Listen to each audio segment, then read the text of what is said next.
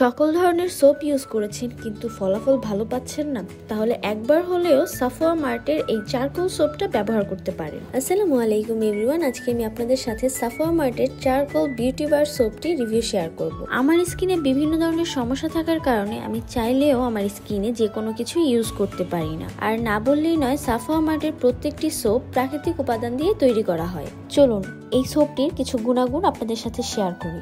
এই সোপটি আপনার মুখ ও শরীরকে পরিষ্কার এবং ময়শ্চারাইজ করতে সাহায্য করবে, ত্বকের ইমপিউরিটিস বের করে ব্রণ কমাতে সাহায্য করবে এবং পোর্সের ভেতর থেকে ময়লা ও তেল বের করে পোর্স মিনিমাইজ করতে সাহায্য করবে।